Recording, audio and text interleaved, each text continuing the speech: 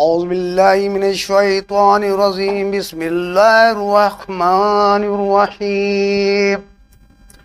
आज मेरा एक प्रेस कॉन्फ्रेंस का एक मेरा मकसद है, जैसा मैं आज जनता के सामने जो ये तफसीलात बयान और तफसीलात बातें कुछ जनता के दरबार में रखना चाहता हूँ और जनता की अदालत के अंदर, इसलिए मैं प्रेस कॉन्फ्रेंस ले रहा हूँ। तो एक बात मेरे समझ में नहीं आ रही है, ये इनको या मेरे से डर लग रहा है या इनकी नाकामी की वजह से, इनको डर लग रहा है या फिर मेरे से डर लग रहा है। मुझे तो लगता है इनको दोनों से डर लग रहा है। इनकी गुलिस्ता 5 साल के अंदर इनकी नाकामी का नतीजा इनको देखने को मिल रहा है और इन्हों जो बौखलाए हुए है, आज तरह तरह के मेरे ऊपर तो केसात कर रहे हैं, तरह तरह के तो मेरे पर इल्ज़ामात लगा रहे हैं। आप पिछले हफ्ते में मेरे पर एक झूठा एफआईआर कराया है और कल की बात है, रात में मजलिस के कुछ लोग पुलिस स्टेशन में जाते हैं और पीआई से मिलकर कहते हैं कि ये आदमी को तड़ी पार कराना है, और गुलिस्ता 5 से 6 दिन पहले बाजीपुरे में जाकर वहां पर एक लेडीज को वर्गलाते हैं और कहते हैं कि भाई तुम एक झूठी एफआईआर या अपने जिंसी पुलिस स्टेशन के अंदर कराओ, हम तुमको इतना अवमान देते हैं। और अपने नारेगांव के अंदर एक लेडीज को, मेरे पास उसकी रिकॉर्डिंग भी है, मेरे बच्चे के पास उसकी रिकॉर्डिंग भी है, रिकॉर्डिंग मैं जनता को सुनाऊंगा, वो रिकॉर्डिंग भी उसके पास है। आज उसको भी बोलते हैं कि भाई तूने आपको बोलना है, हम आपको 1 लाख रुपए देते हैं। वहाँ 4 लाख लोग जाकर जाकर कहते हैं कि तू मीडिया के माध्यम से बोल और इसको बदनाम करने की कोशिश कर। अरे तुम जितना बदनाम करोगे अल्लाह उतना उरूज पर मुझको लाएगा। और इतनी जनता के अंदर मेरी तमाम मोहब्बत उनके अंदर बैठेंगी क्या भैया नाजायज यानी ना हक आदमी को सता रहे हो, यानी इनके ऊपर जुल्म और ज्यादती कर रहे हो। लेकिन आज तुम्हारी नाकामी की वजह से जनता तुम्हारे से नाराज है। आज क्या बात है, जनता नाराज क्यों है? जब तुमने विकास किया तो तुमको डरने की जरूरत नहीं है। जब जनता के अंदर तुम थे, जनता के अंदर पूरी मजलिस के अंदर जनता का पूरा जायजा तुम लेते थे, तुमको डरने की जरूरत नहीं। मत डरो मत तुम। अरे तुम जालिमाने हरकत कर रहे हो, लेकिन याद रखो अल्लाह जालिम को बख्शता नहीं है। जालिम की एक हद होती है, अल्लाह जालिम को बहुत फौरन पकड़ लेता है और उसके ऊपर अजाब नाजिल कर देता है। ये समझो आज तुम्हारे ऊपर अल्लाह का अजाब है, आज अल्लाह का अजाब है। यानी उस वक़्त अल्लाह की रहमत इस वजह से तुम पर थी कि पूरे मुसलमानों ने तुम्हारे रोज़ा रखकर, यानी उनको एतेकाफ में बैठकर तमाम 2-2 रकात नमाज का पढ़कर तो तुम्हारे लिए दुआएं करी थी। 6 वक़्त तुम्हारे ऊपर रहमत नाजिल हुई थी। लेकिन आज मैं इसलिए इलेक्शन में खड़ा हूँ, जब मैं 6 महीने से पूरे मार्केट में घूम रहा था और पूरा जायजा पूरा सर्वे ले रहा था, तो तकरीबन यहाँ पे 80% लोग तुम्हारे तो मुखालिफ थे। चाहे तो अगर से उन्होंने कहा कि भाई कोई मुसलमान कैंडिडेट खड़ेगा तो हम उसके समर्थन में सिर्फ जायजा लेता था। मैंने इरादा नहीं किया था, मैं जायजा ले रहा था, सर्वे कर रहा था मार्केट के अंदर। मैं आने वाला वक्त में मिलाने में कैसा खासदार चाहिए, ऐसे मेरा सर्वे चालू थी। तो सर्वे के अंदर समझ में आया कि 80% मुसलमान आपसे नाराज है। 80% नहीं बल्कि मैं बोलूँगा 90% मुसलमान, 90 मुसलमान। उन्होंने कहा कि भाई अगर से हम तो आने वाले इसको वोट नहीं देंगे, चाहे फिर हम किसी भी पक्ष का खड़े रहो, किसी का भी पक्ष खड़ा हम उसको वोट देंगे। तो फिर हमने कुछ मीटिंग लिए और कुछ कहा कि भाई ठीक है, मेरा इरादा इंशाल्लाह मैं खड़े जाऊंगा। तो उस बुनियाद पर मैं इलेक्शन में खड़ा हूं। ये जनता के हित के अंदर, जनता के मशवरे के साथ मैं इलेक्शन में खड़ा हूं।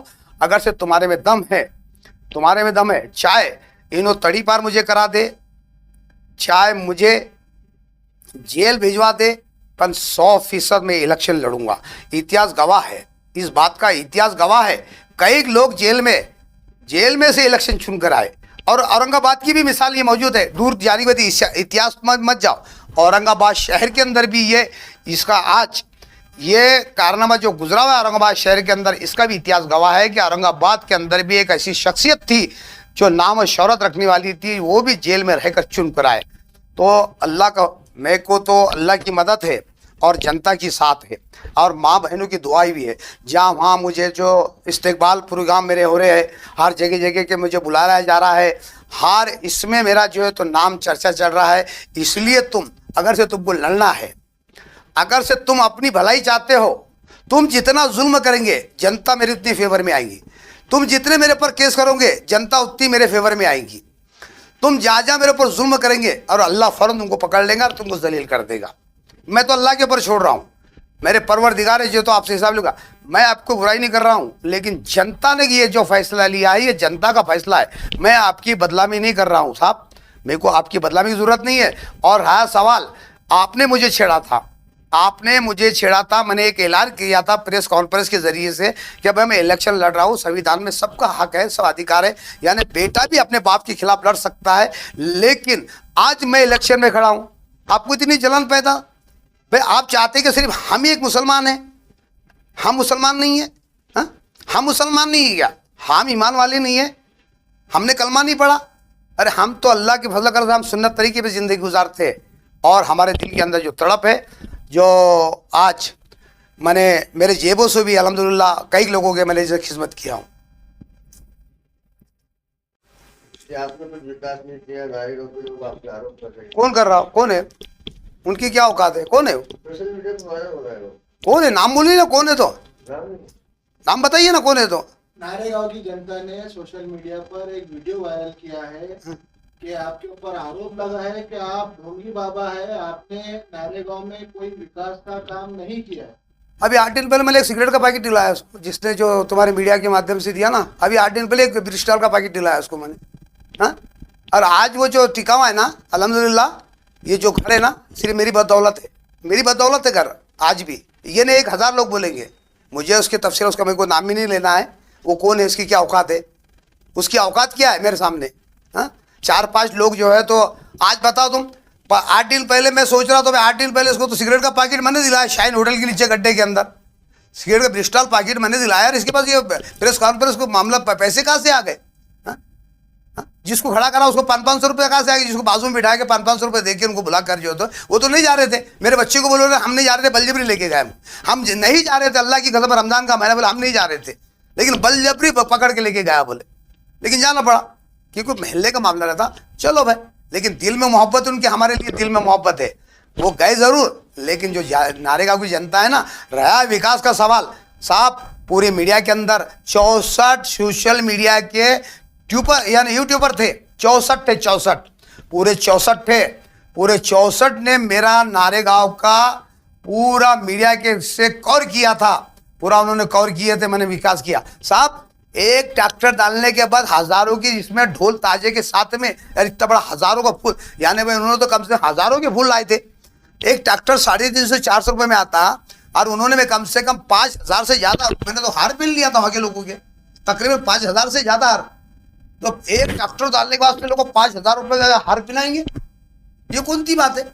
अरे मेरा जंक्शन, मेरा जंगी इस्तेमाल किया गया था नारेगांव के अंदर, मैंने वो विकास किया। अरे एक बार नहीं किया, मैंने तकरीबन गुलिस्ता 3 साल पहले भी जो है तो रोड का काम किया था, आपके मीडिया के माध्यम से वो भी आया था। गुलिस्ता पूरे रोडों का काम किया था मैंने, मुरम डालने का काम, वो भी हाईवे के साथ में, बड़ा हाईवे लाया था, हेवा लाया था, ये छोटे मोटे ट्रैक्टर नहीं लाया था। एक हवा जो है तो 4500 का आता साहब, 100 से ज़्यादा डाला मैंने वहाँ पे, 100 से ज़्यादा मुरम डाला, जिसी भी घुमाया उसके ऊपर रूलर घुमाया और उसकी मजबूती के साथ भी किया। अरे तुम काम करने वाले को, नेकिया काम करने वालों को रोकते हो, उसको बदनाम करते हो। अरे अल्लाह तुमको गारत करे। और तुम्हारा जो एक वीक पॉइंट है, 4 मेरे पास वीक पॉइंट, अगर से एक वीक पॉइंट भी अगर से मैं मार्केट में तुम्हारा वो आदमी को बुला लूँ ना तुमको बिल्डिंग रहेंगी, ना तुम औरंगाबाद जिले की बात छोड़ो, तुम महाराष्ट्र छोड़ना पड़ेगा आपको। लेकिन मैं किसको जलील नहीं करूँगा, मैं किसी को जलील नहीं करूँगा। मेरे अंदर, मेरे खून के अंदर अल्लाह ने वो सिफत दिया, मैं वो बाप की औलाद है जिसने, मेरे बाप ने बड़ी मेहनत और बड़ी मशक्क़त से मुझे पाला है, मैं उसकी नस्ल से हूँ। और ऊंचे खानदान से मैं ताल्लुक़ रखता हूँ, जिसके मेरे दादा मराठवाड़े के सबसे पहले आलिम दीन थे, कई हज़ारों खेड़ों के अंदर उनकी तालीम है साहब।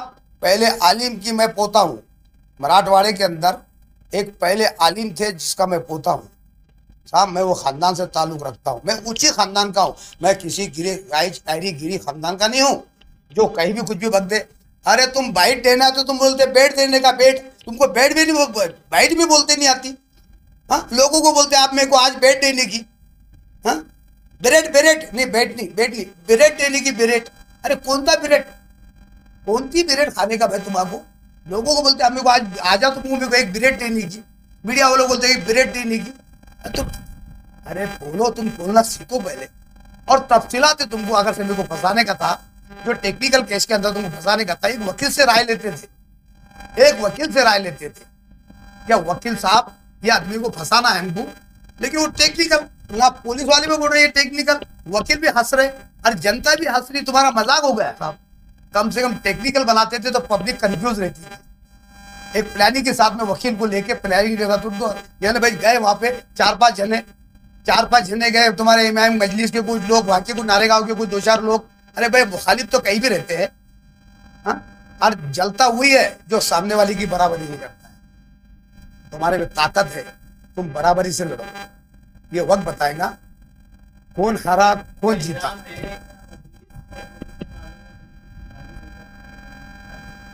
साबित कर दो, हम तो भी साबित करेंगे। अरे भाई हम तो भी साबित करेंगे, और पूरा औरंगाबाद जानता तुमको चंद्रकांत खैर ने पैसे दिया था, हम साबित भी कर देंगे तुम्हारा। और तुम्हारी डील क्या हुई, कौन से होटल में हुई, क्या पूना में हुई, क्या औरंगाबाद में हुई, क्या तुम्हारे कलेक्टर ऑफिस के अंदर किसी के ऑफिस में हुई, तो हम साबित कर देंगे, हम साबित कर देंगे।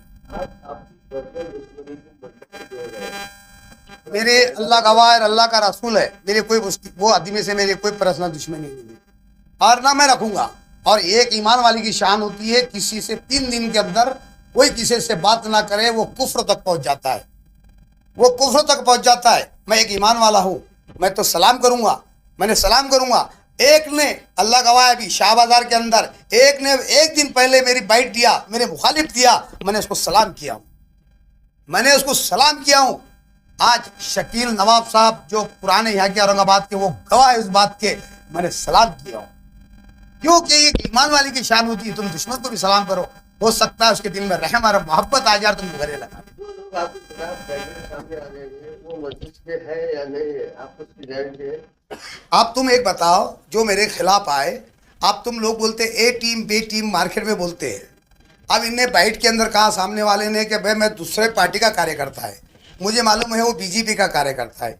एक बीजेपी का कार्यकर्ता एक मजलिस का जो है तो बाइट के अंदर दे रहा कि मैं प्रचार कर रहा हूं, तो इसमें क्या समझ में आएगा? एक बीजेपी का कार्यकर्ता, जो बीजेपी का कार्यकर्ता है, पूछ लो मार्केट में किसका कार्यकर्ता है, किसी को पूछ लो ये किसका कार्यकर्ता है। एक बीजेपी का कार्यकर्ता एक मजलिस की प्रचार कर रहा, तो हमने क्या समझना इसको हमने क्या समझना?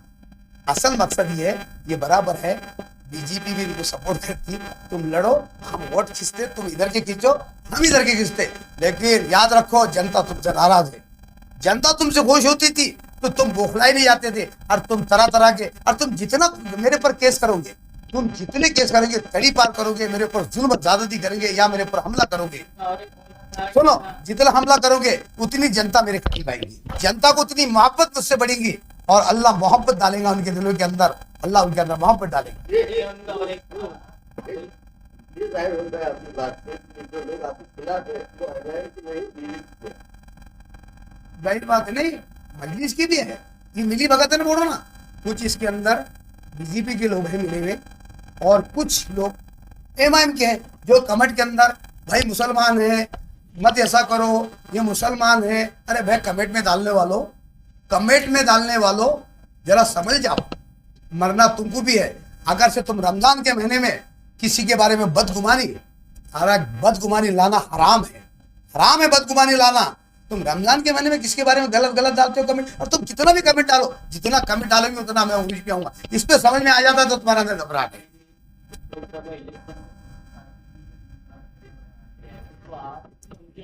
ज्यादातर बोलते नहीं है, ऐसा भी आपका आरोप है, ये गलत बात, उन्होंने मेरे खिलाफ बोला नहीं, चंद्रकांत खैरे ने मेरे खिलाफ बोला नहीं, भागवत खराड़ ने मेरे खिलाफ बोला नहीं, तुम्हारे आज जो दीगर पार्टियां उन्होंने मेरे खिलाफ बोला नहीं। शुरुआत तो आपसे हुई, शुरुआत आपने करी, मैंने आपके भी खिलाफ नहीं बोला था, मैंने सिर्फ ऐलान करा था मैं इलेक्शन लड़ रहा हूँ, सिर्फ मैंने इलेक्शन का ऐलान करा था। तो आपके पेट में दर्द हुआ तो मुझे मांग लेना था, अजवान में आपको देता था, मैं पेट की दर्द की भी दवा अच्छी बनाता हूँ, बहुत ज़बरदस्त दवा बनाता हूँ, आप दर्द उसकी दवा लेके जाओ इंशाल्लाह, जिसका पेट दुख रहा है और खाओ इंशाल्लाह। शाम में जो है तो खाना खाने के बाद 1 चम्मच, और सवेरे खाना खाने से पहले 1 चम्मच लेना चाहिए, तो आपका दर्द खत्म हो जाएगा। तो जैसा बोल रहे हैं कि भाई उनके खिलाफ बोल रहे हैं, मैं उनके खिलाफ क्यों बोलूँगा भाई? जो मेरे खिलाफ नहीं बोल रहा उनको, हाँ उन्होंने बोला तो उनको जवाब दूंगा मैं। और आज सुन लो, उनके भी 8-10 कैंडिडेट है, याद रखो 8-10 कैंडिडेट उनकी भी है, लेकिन एक दूसरे के उन्होंने कभी खिलाफ नहीं बोले। उन्होंने उनके एक दूसरे के खिलाफ अभी तक नहीं बोले फलाना ऐसा, फलाना ऐसा, फलाना ऐसा। साहब, ये जो चाहते हैं तमाम इनके जो 26 नगर सेवक में से कई नगर सेवक इनके चले गए, कई नगर सेवक इनके पास 5-6 नगर सेवक बचे हुए इनके जो नगर सेवक है।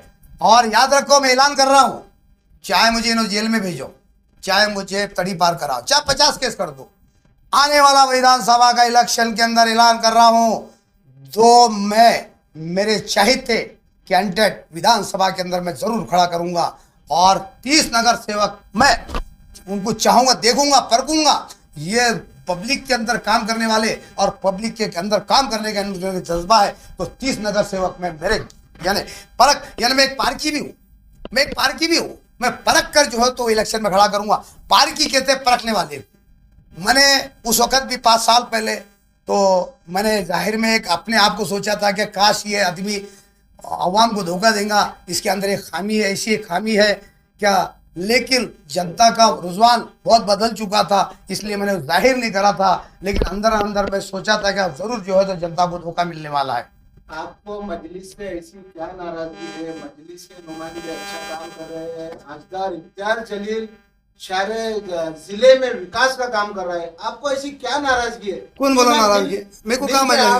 कौन बोला? कौन बोला? मिलजुल के ये मसले को हल करें। कौन बोला मेरे को मजलिस से नाराजगी करके? मैं कहाँ नाराज हूँ भाई? जनता नाराज है।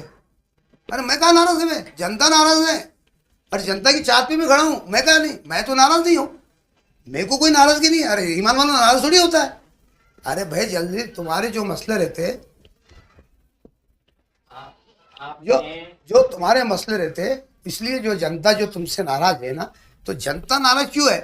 तुमने कभी वैजापुर में जाकर ढाक के नहीं देखा? आज बताओ, एक याद नहीं है, वैजापुर के अंदर मेरे सर्वे के अंदर देखा हूँ, वहाँ का जो है तो आमदार 17 करोड़ 16 लाख रुपए वैजापुर के अंदर मुस्लिम को निधि दिया उसने। 17 करोड़ 16 लाख रुपए मेरे सर्वे के अंदर।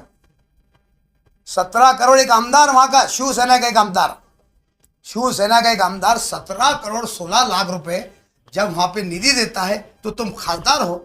एक मुसलमानों को निधि दिया उसने, अरे दरगाह को निधि दिया उसने, वहां के रोडों को निधि दिया उसने, वहां के डीएनएस को निधि दिया उसने।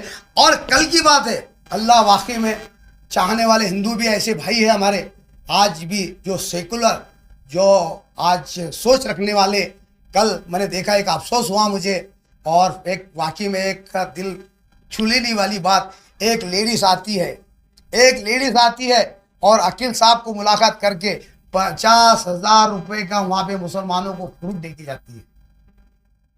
50,000 रुपए का फ्रूट दे के जाती है। कितनी अफसोस की बात है, आज हमारा नेता होने के बाद उनका जायजा नहीं लेता रमजान के महीने में। ना जाने कितने लोगों के रमजान के अंदर जो परेशानी में उनकी जिंदगी गुजर रही होगी, उनके कैसे हालात में गुजर रही होंगी, उनकी अफ्तारी कैसी हो रही होगी, वो कैसे कैसे हालात में होंगे। अरे तुम तो शाही अफ्तारी तुम्हारी नुमाइशी कर कर लोगों को जो है तो सोशल मीडिया के जरिए तुम लोगों को नुमाइश करते हो और लोगों को बताते हैं कि हमारी शाही अफ्तारी देखो, हमने कैसे कैसे जो है तो चीज़ों को जो है तो सजा कर रखा है, कैसे कैसे खजूरें लाई हमने, जो 5-5 हज़ार रुपए किलो की खजूरी लाए हमने। काश कोई गरीब, कोई मजबूर, कोई मजलूम आदमी देखता होगा, उसके दिल में से आहट निकलती होगी कि काश मेरे पास भी जो है ऐसे हालात होते, मैं भी ऐसी अफ्तारी करता। अरे कई लोगों को तुम्हारे पर बददुआएं होती है और सोचता है अल्लाह अर्श हिल जाता है और तुम्हारे लिए जो जमीन के ऊपर तुम्हारे पर आफत नाजिल हो जाती है।